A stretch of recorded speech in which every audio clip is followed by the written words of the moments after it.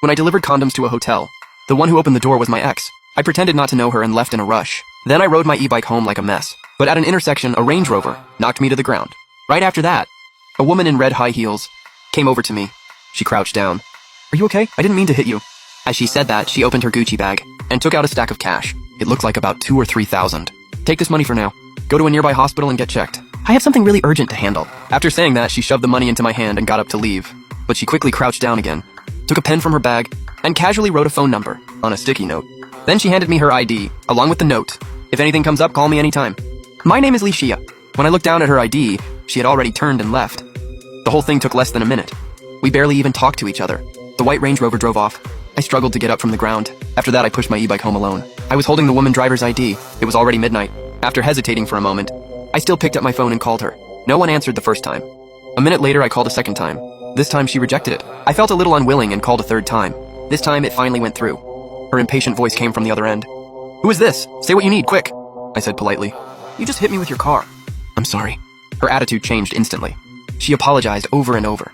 "That was my fault. I'm really sorry. Which hospital are you at now? Did you get checked? What did the doctor say?" Her tone made me feel a lot better. I said calmly, "I'm fine, but my e-bike is a little cracked. As long as you're okay. How much is the bike? I'll pay. The money you gave me is enough to fix it. Your ID is still with me. When is it convenient for you to pick it up? Can we do it now?" she asked, sounding uncertain. "I'm tied up right now. Can I have a friend pick it up?" Then I gave her my address. After hanging up, I sat on a wooden stool and rubbed Yun and Bayao on myself. About half an hour later, I heard someone knock on the door. I opened it and saw 4 men outside. The one in front looked about my age. The 3 behind him were big and strong. The man in front looked at me and asked, "Were you the one who called?" "Yes, Before I could finish," he asked impatiently, "Is Licia's ID with you?" "It's in my room." Before I could get the words out, he punched me in the face. Then he kicked me in the stomach. I didn't even know what was happening before I was beaten to the ground. I tried to get back up, but his foot came right at my face. Instantly, I tasted blood in my mouth. My roommate Liu Qiang, who often drank with me next door, opened his bedroom door, glanced over, then quickly shut it again. The man came over to me and stepped on my arm with his leather shoe. He asked coldly, "Where's the ID?" I wanted to speak, but half my face felt numb. I couldn't say a word. The man turned around and said to the other 3, "Go look for it." The ID and the note were on the desk in my bedroom. The men who went in found them fast and handed them to him.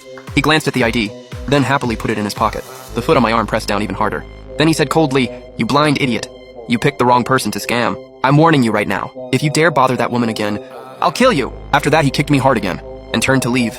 But before he reached the door, he seemed to remember something. He turned and walked into my bedroom, took out my phone, and smashed it hard on the floor in front of me. Once he made sure it was completely broken, he swaggered away. After they left, I sat alone by the bed, a 7 yuan Hungtashan cigarette smoked between my fingers. I couldn't understand why the world was always so unfair, and I understood even less why everyone seemed to have a face made for pretending. Why did she leave me her ID, then send people to beat me up? I had to ask her what she was really trying to do. Outside the window, the rain kept getting heavier, as if it wouldn't stop all night. When the sun rose tomorrow, this city would have one more drifter like me. The first ray of morning sunlight slanted through the window into the room.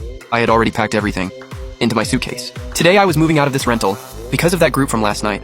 The landlord thought I knew some shady people, so he refused to rent the room to me anymore. I put my suitcase on my beat-up e-bike. All I had left on me was the 2,600 yuan that woman gave me in the rain yesterday. When I got paid last month, I sent all the money home for my dad's treatment. I only kept a little for living expenses. Out of that 2,600 yuan, I spent 800 on a smartphone for food delivery. I still had to keep working. The remaining 1,000 plus yuan was for rent. If I couldn't find a place before dark, I'd have to sleep under an overpass. I put my SIM card into the new phone. As soon as it powered on, my second uncle called. "Chen Fan, what are you doing?"